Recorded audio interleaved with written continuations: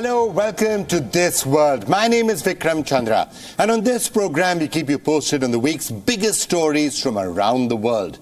This week, all eyes were on the US debt ceiling, and one after the other, significant developments took place. We're going to be bringing you all the details on our cover story tonight.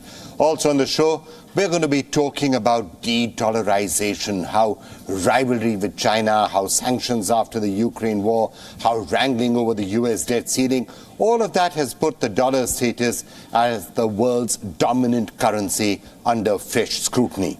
But is there really an alternative? We try and find out on this show. Also on the program, we take a look at the historic victory of Erdogan in Turkey and what that means for Turkey itself, what it means for the Middle East, what it means for the world. All of that coming up for you on this program. So let's go straight to our cover story. Our cover story tonight is from the US. It's a story of its debt crisis and the developments that followed. It's a story of domestic dysfunction that is likely to have global implications. The regular tightrope walk around the debt ceiling, the possible threat of a nuclear option that the US could default on its debt and blow up the entire planet. All of that is stress that the world doesn't really need. It comes about because of the unbelievable polarization that we're now seeing in the US, and an example to all democracies as to what could happen if political rivalries go too far. Here's a special report on the latest on that particular story. On this vote, the yeas are 63, the nays are 36. The 60-vote threshold having been achieved, the bill is passed. The US debt ceiling bill has finally been passed. The bill was cobbled together after intensive negotiations between senior aides of US President Joe Biden and House Speaker Kevin McCarthy. The bill raises the debt ceiling and removes every scope to impose a limit until 2025. The rest of the world can now breathe a sigh of relief. A US default would have had a global impact. Now that it's not defaulting, let's instead look at the highlights of the deal. I want to commend Speaker McCarthy. The agreement keeps non-defense spending flat next year with a 1% rise in 2025. Defense spending is kept at $886 billion. As per the Congressional Budget Office, the legislation will result in $1.5 trillion in savings over a decade, which will help set aside funds for military veterans and the Internal Revenue Service. The US now awaits the bill to be signed by President Joe Biden, and that will be the end of America's debt ceiling story until January 2025. The last time the United States came this close to default was in 2011. It hammered financial markets, led to the first ever downgrade of the government's credit rating, and pushed up the nation's borrowing costs. However, with a sealed deal in place, the trouble seems to have been averted this time. And let's now talk to Dr. John Kunkel, who's a senior economic advisor with the Economic Security Program at the United States Studies Center, and get some further insights into that. What's the latest you can tell us on this particular situation? Is it over for the moment? What do you think is going to happen next? It looks like the senators obviously voted now and affirming the earlier vote in the House of Representatives earlier in the week. So that will mean the legislation will go to President Biden's desk to sign. So essentially that averts the near-term crisis. I mean, there are different questions as to what would have been the trigger on the 5th of June and whether, in a sense, the stark prospect of the US Treasury, if you like, running out of cash. And there are different views as to what that would have meant next Monday. But basically, with this agreement and this legislation, it means the issue has now been resolved, at least for the next 18 months. So it'll come back in some form in 2025, but that will be after the election next year. Look, I have to ask you this question. Most other countries don't go through this tightrope walk every couple of years. Debt crisis, is it going to happen? Is there going to be a default? Will the whole planet blow up because the US defaults on its debt? If you had to make any suggestions as to how there could be a more practical way of handling this, what would be your suggestion? Well, look, it certainly puts on display the division and, if you like, the dysfunction of politics in Washington for the whole world to see. And how do we go from here? Look, it's very challenging because the substance of the issues are really around the scale of the US deficit. And that's essentially two issues. One is the what's called entitlement spending, which relates to things like medical insurance and pensions and things like that. And that's basically locked on a certain path. And no politician, in particular Republicans as well, actually are really keen to send a signal that they want to curb those entitlements. And then the other issue is, of course, taxation revenue. I mean, the United States, as a reserve currency and a global economic superpower, basically at the moment pays for about 80% of its government. Now, most countries can't operate on that basis. They might be able to run deficits for periods of time, but for it to be sustainable, they need to close that gap in some ways between the expenditure line and the tax revenue line. And look, to be honest, usually that relies on a combination of both, of restraining expenditure and finding areas of increased taxation. The American system finds it very hard to deal with this in a very polarized political environment. There are some ideas. I think Speaker McCarthy suggested a bipartisan commission, and they commissioned people from outside the Congress and the political system to look at the issue and come up with ideas. But frankly, it's hard to see, unless the politicians are prepared to take really tough decisions and to level with people about the consequences, we're likely to stay in this cycle. All right, Dr. Kunkel, thank you so much for joining us with that perspective. Now, all that drama over the debt ceiling has a direct bearing on our next story. This week, top officials from 9 Asian countries, that is, members of the Asian Clearing Union, the ACU, gathered in Tehran for their annual meeting. And guess what took the center stage of discussion? It was de-dollarization. Now, what exactly does de-dollarization mean? In simple words, it means reducing the US dollar's dominance in global markets. And how exactly is this done? By substituting it as the primary currency for various financial transactions. This includes transactions of trading oil, foreign exchange reserves, and other bilateral trade agreements. Now, let's go back to that annual meeting where officials from Bangladesh, Bhutan, India, Iran, the Maldives, Myanmar, Nepal, Pakistan, and Sri Lanka gathered. Well, guess who else was present at the meeting?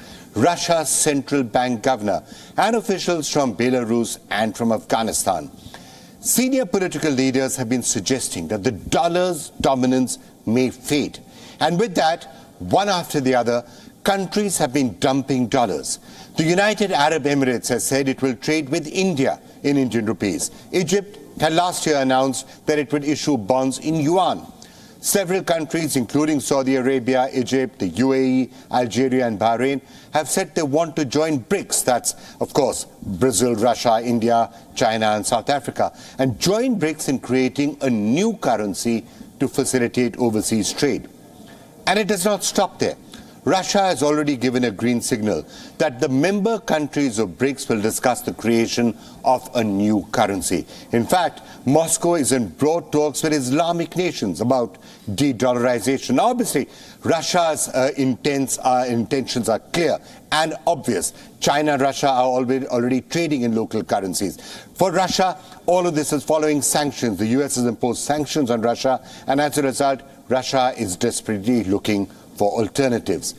But going beyond that, Brazil has dumped the dollar to settle trade in yuan with Beijing. Argentina and Brazil have also discussed the creation of a common currency. China, meanwhile, is buying gas from the UAE in yuan. Kenya has shunned the dollars by settling payments in its own currency. India, as you all know, have been settling overseas trade with several countries in the Indian rupee. What may have been as a surprise to Washington is that for the first time in almost 4 decades, Saudi Arabia now, one of the big strategic allies for the US, has started to trade in currencies besides the US dollar. That could mean the end of the petrodollar. And if all of this is not enough, as de-dollarization continues to pick up steam, Iraq has joined China and Brazil to dump the US dollar. The complete ban of use of dollars in Iraq comes within months of the country saying it will do business with China using yuan. Now, let's just step back a bit. Questions around the dominance of the US dollar are nothing new. But this latest row began soon after the Ukraine war, when sanctions were imposed in Russia. The US thought it was punishing Russia, but there was an unintended consequence, as there so often is. Other countries began to worry afresh about the dominance of the dollar. Countries fretted. What would happen if they fell out with Washington? What if they had sanctions imposed on them? And obviously, China was standing by. China took advantage of the situation to push the case of the yuan. Now, events in recent months have obviously added to the pressure on the dollar, especially the rise in inflation and the rise in interest rates and the consequent pressure on many banks. Now, obviously, all of that began with the bust of the Silicon Valley Bank, but after that, many other American financial institutions have also come under strain, also come under crisis. And all of these banks had a single story to tell for their failure, which was directly linked to the interest on the US Treasury bonds. But those Treasury bonds and the interest in that are also linked to what the US has been doing for a long time, the printing of currency notes, those debts that are piling up. But now, as the US tries to reverse that, the US Federal Reserve's aggressive interest rate hikes have hit the global financial systems. So what exactly has happened here? If you ask me, the real culprit in the debasement of the dollar are the long-term printing of currency by the United States, those debts that are piling up, the foreign exchange debt, all the issues that the US has been having for a long period of time, years if not decades of excess. All of those are chickens that are now coming home to roost. And paradoxically, as the Fed Reserve now says, okay, we're going to try and deal with this, we're going to increase interest rates to try and deal with the present situation, that has its own impact. Global financial markets have been hit globally across the planet as dollars start to flow back into the United States. All of that continues to create stress. So to sum all that up, you seem to have a perfect storm around the dollar. Banks under strain, international efforts to circumvent Western sanctions, the pressures inside the United States as well, the wrangling over the debt crisis, the questions about the long-term debasement of the US dollar by the Americans themselves, and last but not the least, China adding fuel to the de-dollarization fire as it pushes to raise the yuan's global standing. In fact, the dollar has fallen behind the yuan for the first time in Chinese cross-border transactions. China clearly ramping up its efforts to disrupt the dollar trade, and it's leaving no stone unturned. It's entering into non-dollar agreements with as many countries as it possibly can, as of course is Russia. And in the middle of all of this, let's not forget that there is a rise in America's own domestic turbulence because of the debt ceiling crisis and all the other issues that we're talking about. Collectively, this has put the dollar's global standing in a spot. So, is it the end of King Dollar? Not so fast, because there is one crucial question unanswered. If not the dollar, then what? And there's no good answer to that question. Could it be the yuan? Well, hang on. A lot of the world is not going to be happy with that. Could it be a basket of currencies? Yes, but how will that work? Could it be gold? A relic of the past. Can it still happen? Could it be crypto? Well, personally, I say God forbid, but let's see. Are any of these the answer? Or is the answer none of the above? In which case, reports of the demise of the dollar could be somewhat premature. And let's now get in Professor Roberto Barrio to discuss this in some detail. Professor Barrio is Professor of Economics at Harvard University, joining us from Cambridge, Massachusetts. Professor Barrio, just wanted to ask you, this entire move towards de-dollarization that's being spoken about so much, is it a trial balloon? Is it something that's feasible? Or at the end of the day, is there really nothing that can replace the US dollar as a reserve currency, at least at this moment? I think that's the most likely outcome. Certainly, the Chinese currency is almost impossible now to use as an international money. I mean, if you'd asked me 5 years ago, I would have said there was some possibility that China could be moving in that direction, but certainly not now with the way they're really disengaging from the Western world. In general, I think international trade and investment is moving away from China. The U.S., for example, is increasing sources from elsewhere, including India. Vietnam is another prominent place. You see that, for example, with Apple, with iPhone production. It's dramatically moving away from China, and many other countries are doing that. So the main international competitor for the U.S. dollar would still be the euro, which will play some role. But then I don't know what a third alternative would be. Now, there are two other possibilities that I could think of. One would be something backed by gold, perhaps. The other could be a basket of currencies. I know the IMF did try the SDR a long, long time back, didn't work too well. But would either of those be feasible options right now? It's the gold standard for a long time, and with some role for silver. It had some virtues. I've written on that topic, but it also has a lot of underlying volatility. It does provide some kind of very long-term anchor, but it's not a very good one. I wrote a paper once on commodity reserve currency, which is the idea that you just expressed of really a basket of things. The idea there was linking to a basket of commodities, of which gold might be one, rather than just gold. And in principle, that could be more effective. Bob Hall wrote a paper some time back figuring out what was the optimal combination of currencies, commodities, in order to achieve something like price stability. But in practice, I think it's impractical. I think it's not going to happen, and I don't think we're going to move back toward gold. All right, I'm going down the list of other possible options, Bitcoin and cryptocurrencies, which we sometimes hear spoken about. But to many people looking at it from the outside, they do look a bit like a Ponzi scheme. It's a strong word to use, but perhaps not far from the truth either.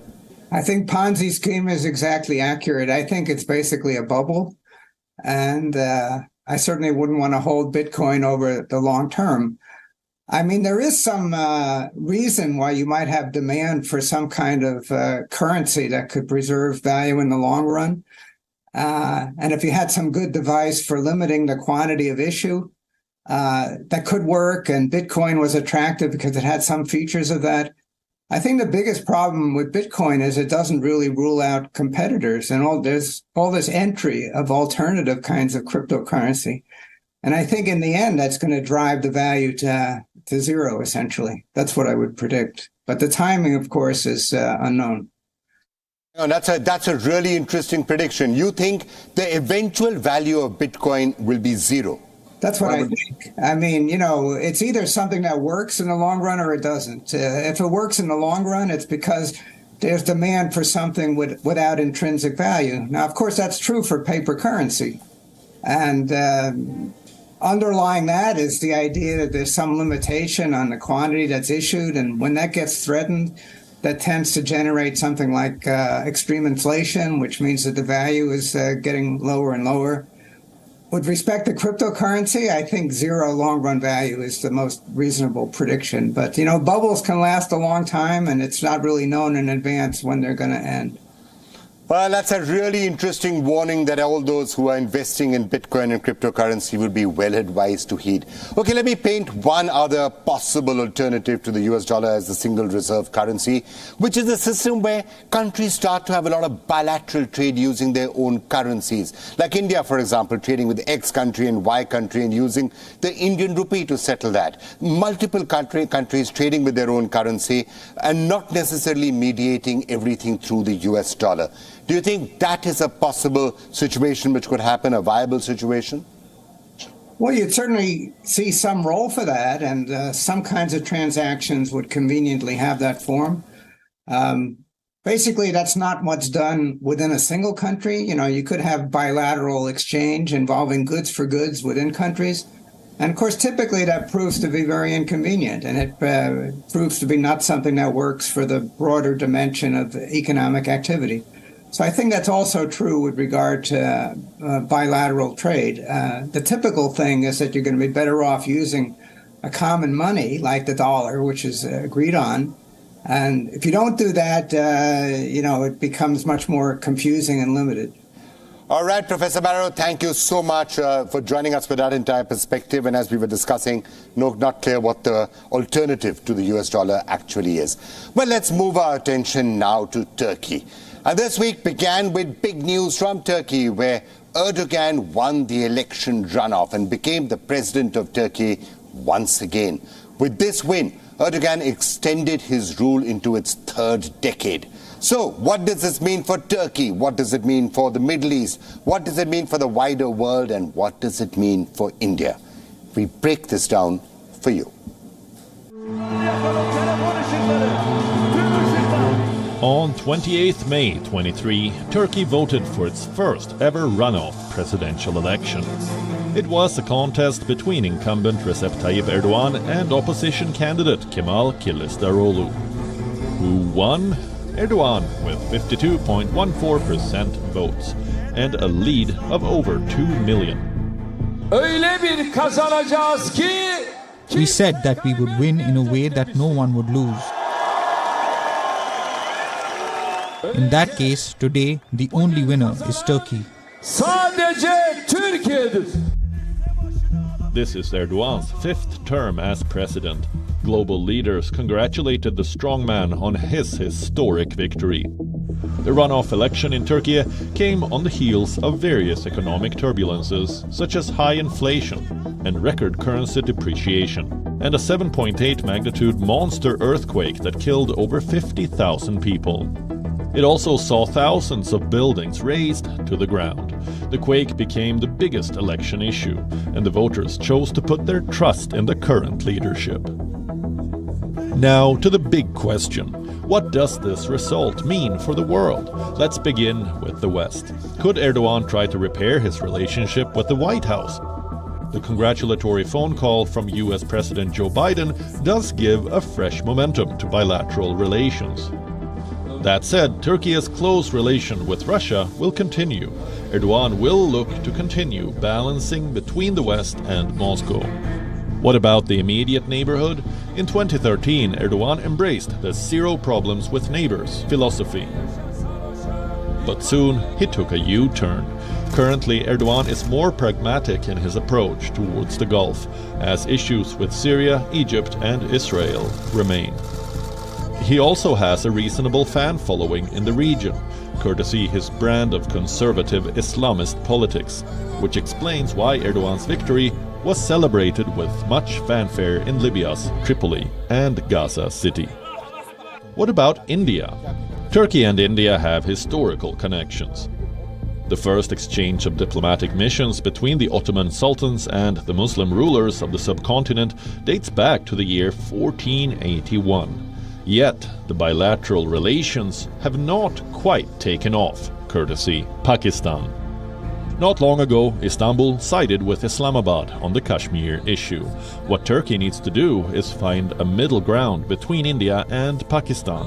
Also pick the right and more dependable strategic partner as Erdogan aims to expand his country's global footprint.